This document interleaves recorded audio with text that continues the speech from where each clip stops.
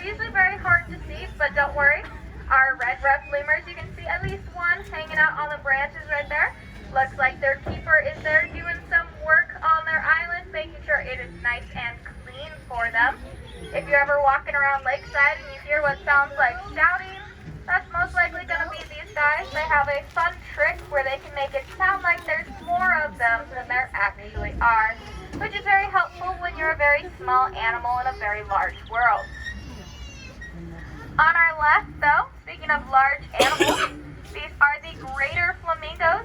They are the largest of all the different types of flamingos. They average around about 5 feet tall. And if you're lucky enough, you may notice that there are a few of them in there that are quite small and they're not actually pink. Those are going to be our baby flamingos. They're less than a year old. Highly recommend going back and checking them out. And as I said, don't be surprised that they're not pink. That pink coloration actually comes from their diet. They have to eat enough of something called beta-carotene, and that's what slowly dyes them pink. Without it, they would just be little gray puffballs their entire lives. On our left, she's going to be a little hard to spot from the cruiser, but that is our spotted-necked otter. I do recommend going and checking her out on foot. She is quite cute, and even though she is quite adorable, she is one of the best hunters in Africa. She has very, very sharp claws that makes her a very proficient hunter. Now behind us, that is the Outer Africa Trail. Down that way is if you want to find our lions, cheetahs, painted dogs, mandrills, baboons, and so much more. If you're tired of walking though, highly recommend hopping on the back of one of those camels. We have 3 boys, Crockett, Isaac, and Romeo. All 3 of them are dromedary camels, which means that they only have the 1 hump on their back. Not to be confused with their cousins, the Bactrians. Those are going to be those ones that you know having 2 humps on their back. Now that was our quick trip up our Inner Africa Trail. We are now starting to enter into our Outer Tropics Trail. So these are going to be animals found in more tropical locations. And as we start entering, I want you to start taking some nice deep breaths, really with the air. And if you get a little hint of skunk, that's going to be these guys on the left-hand side. These are called maned wolves. They're going to look like very, very large foxes. You might be lucky enough, if you look at the little green box right in front of it, you can see one of them laying down in the grass. You can just barely see their ears poking out over the top of it. They do have that bright orange fur like foxes. However, they have these very long black legs, and that's because where they come from, there's a lot of high grasslands, so they need the height to be able to see over those grasses. Now, maned wolves, even though they have wolf in their name, are not actually wolves. They are their own branch of canine, which means that there's nobody out there quite like them. And on our right, we are happy to announce that Monkey Village is officially back open to the public. It is absolutely free to go walk on into our squirrel monkey exhibit. That's right, there are 9 squirrel monkeys running around in there with no barrier between you and them. They are very tiny monkeys though. Maximum they ever get is about 2 pounds. They're usually less than that. So the best way to try and spot them is to look on those ropes. Check up in those trees. Usually if you see movement, you'll find the monkey afterwards. Now they are very cute, but I do not recommend them as pets. The way that they mark their territory is that they pee on their hands and their feet, and then they walk everywhere. We're sticking on that monkey theme though, and this girl is up in the top right-hand corner of her exhibit. That is Olivia. She is our female black howler monkey. And now, she does howl. The best description I've heard of what it sounds like is Darth Vader breathing into a garbage disposal.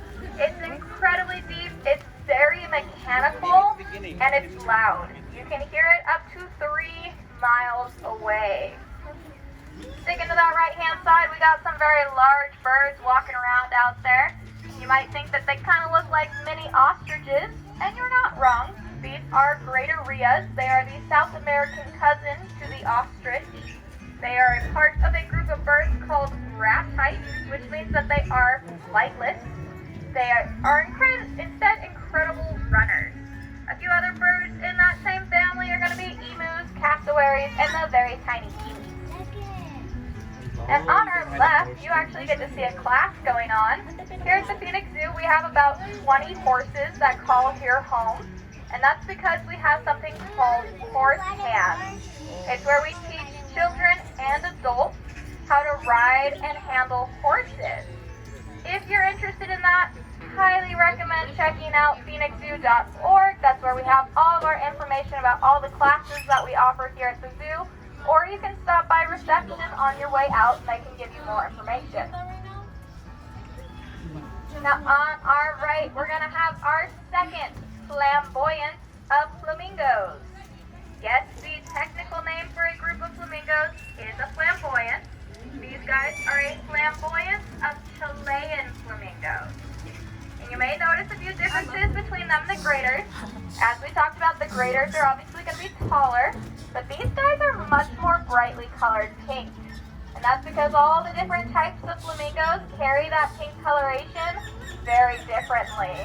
However, a fun thing that the Chilean flamingos can do is they can actually hydrate themselves by absorbing water through their feathers.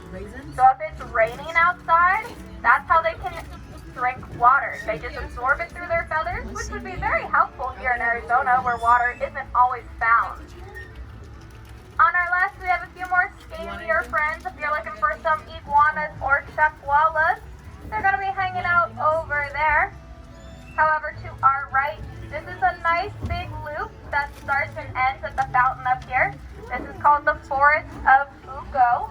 On it, you're going to find animals native to the rainforest. So you're going to find things like our toucans, snocky monkeys, spider monkeys. We got boas, pythons, poisonous dart frogs. We also have our Andean bear exhibit in the middle. So if you don't see him in one spot, just keep walking around that trail. I promise at some point you will run into him. His name is Augie. He is a 2-year-old Andean bear. As we go past this display case on the right-hand side, you're going to see a cute photo of what his face looks like, so you know what to keep your eyes out for when walking around. I do recommend, though, if you're trying to spot Augie, don't just look on the ground. Check up in those trees. They do have the nickname Monkey in a Bear Suit with how often they'll just hang out up in the trees. Also on our right, I can see 2 golden conures taking some nice little bird naps. They are very social creatures, so if you want to chat with someone today, they are more than welcome to chat right back at you. But coming up on our left, I want you guys to keep your eyes peeled, because these are our Chicoan peccaries. And currently, there are 3 baby Chicoan peccaries in that exhibit. So if you keep your eyes peeled, you might be able to spot one of them. They are very tiny. They're about the size of bunnies, is about the size I could describe them as. And we're very excited to have these babies, because these guys are a part of something called the Species Survival Program. It's where we partner with zoos across the country. We kind of act like a dating service. We match possible mates, we introduce them, and if all goes well, they decide to have children together, which is amazing because that helps boost the population numbers and keeps creatures like that from going extinct. And on our left, biting over some branches, we got a few Galapagos tortoises hanging out. Now, Galapagos tortoises are the largest tortoises in the world. However, those are all female, and they're not going to show that off very well. One male Galapagos tortoise is about 3 times bigger than those female ones. In fact, our big boy Elvis that we have here, he's at least 500 pounds. We don't actually know his exact weight because we actually don't have a scale large enough for him yet to weigh him on. So we know he's at least 500 pounds. That path right next to the Galapagos tortoises is the first of 2 entrances to the Children's Trail. This side's going to put you next to Harmony Farms, where we have our cows, sheep, chickens. It's where we have our petting zoo, where it is absolutely go on in and pet 6 different types of goats. We do have baby goats down there. They are less than a year old. Highly recommend going and petting them while they still have their soft little baby fur. Now coming up on our right, we have a very large mammal looking at us. This is Indu, our female Asian elephant. And now don't confuse her with an African elephant. Asian elephants are a little bit different. The easiest way for me to tell that that girl's an Asian elephant is you're going to notice that her ears are smaller than her head. African elephants, their ears are much larger than their heads. However, they both use their ears for the same things, obviously to hear, but they will also use their ears to help cool down the rest of their bodies. They'll flap their ears, and the skin there is so thin that all the blood in their ears circulates and gets nice and cool. Now, she is a grandma elephant because she is 57 years old, which is quite impressive because elephants usually live between their 50s and 60s. Indu is going strong though. She is as healthy as ever. And that's because our keepers here are actually qualified and have special care that they give her to make sure that she stays healthy for her age. Now if you look at the very back of the fence right before you hit this palm, you can see our male jaguar Sabin pacing back and forth back there. He's probably keeping an eye on his next door neighbor Kaipora, who is our female jaguar, who I didn't see as we went by, but maybe you guys will be able to spot her. You might have better eyesight than me. Now Sabin and Kaipora are actually aunt and nephew. They are related, and once people hear this, they get a little surprised that we have them separated. And that is because jaguars are solitary creatures. It doesn't matter how they're related, they don't want to share their space. They like to have their own territory, and we're more than happy to give them everything that they need to stay happy. Now coming up on our right, hanging out in the middle of his pool that he's probably a little sad isn't full anymore, but it's a little too chilly to keep that out for him. This is Chuty, our greater one-horned rhino. He is also an Indian rhino, not to be confused with our 2 other rhinos we have here at the Phoenix Zoo, which are southern white rhinos. They're going to be out on our Africa trail, so that's where you find them. Where this guy, you find in India. Now, as you look at him, you're going to notice that he has these very deep grooves in his skin. And that's because he has these little deep wrinkles in there. You can think of it as kind of like he has body armor on. In certain spots on his skin, it is up to an inch thick, which makes it very hard to pierce, which is very helpful out in the wild when he's fighting off other rhinos with that horn. And speaking of that horn, it's not made out of anything super crazy like ivory or diamond. It's actually made out of keratin, the same stuff that